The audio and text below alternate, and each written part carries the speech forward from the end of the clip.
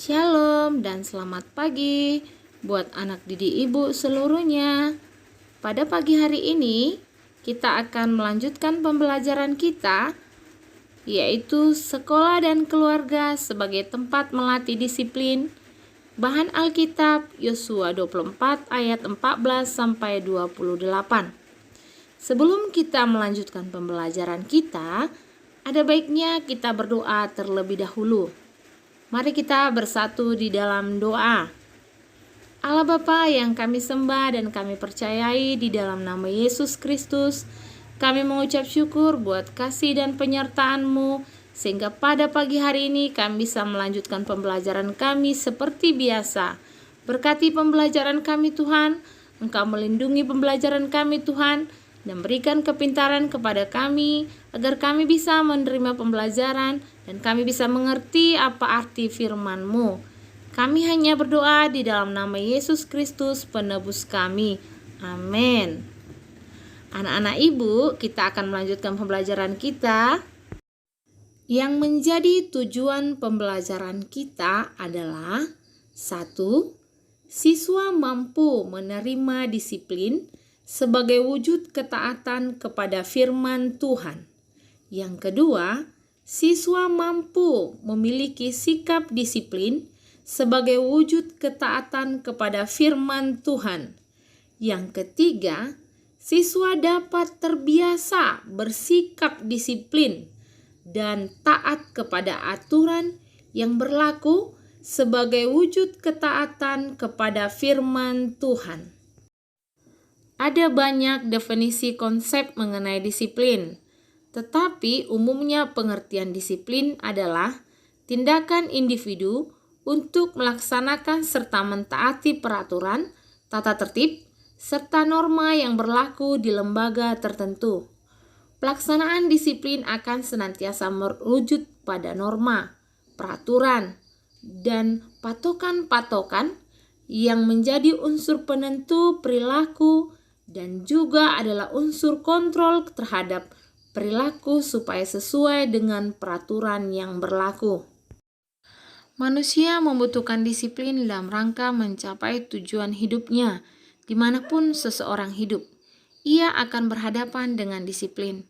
Disiplin amat diperlukan dalam rangka mengatur perilaku dan tata kehidupan manusia, apalagi untuk anak-anak, remaja, dan kaum muda.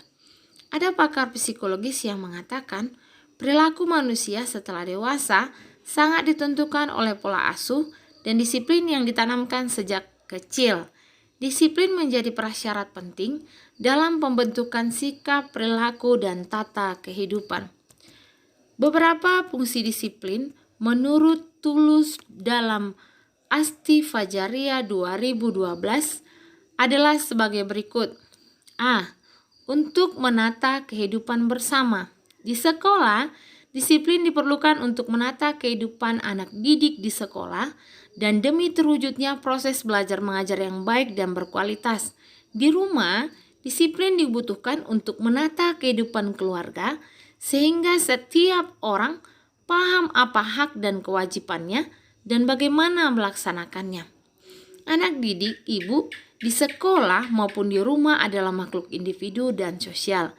Sebagai makhluk individu, anak didik ibu memiliki ciri, sikap, sifat, kepribadian, latar belakang, dan pola pikir yang berbeda. Akan tetapi, sebagai makhluk sosial, dalam hubungannya dengan orang lain diperlukan norma, nilai, peraturan untuk mengatur agar kehidupan dan kegiatannya dapat berjalan dengan baik dan lancar. Setiap individu memiliki kepentingan yang berbeda-beda dan tak jarang ada yang saling merugikan. Dibutuhkan disiplin yang berfungsi menyadarkan seseorang untuk menghargai orang lain. Dengan kita taat pada aturan yang berlaku sehingga kita tidak merugikan orang lain. Misalnya, di asrama berlaku aturan setelah pukul 22 WIB tidak menerima tamu untuk menjamin semua orang dapat belajar dan istirahat tanpa gangguan. B. Membangun kepribadian.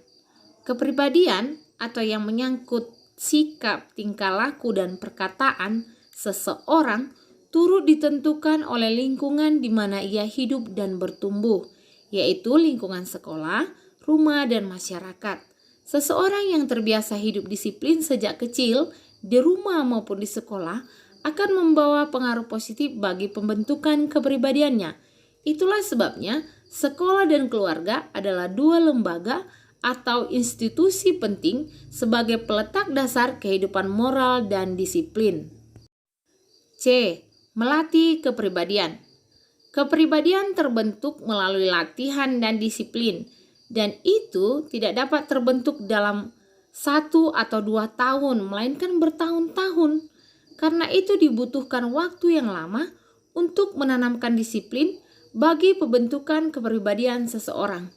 Rumah dan sekolah merupakan institusi strategis bagi pembentukan kepribadian seseorang melalui disiplin. D. Unsur paksaan. Faktor yang mendorong terbentuknya disiplin adalah dorongan dari dalam diri. Namun, dalam rangka mewujudkan disiplin, ada juga dorongan dari luar diri, misalnya paksaan, karena sesuatu merupakan aturan. Mau tidak mau harus dijalani.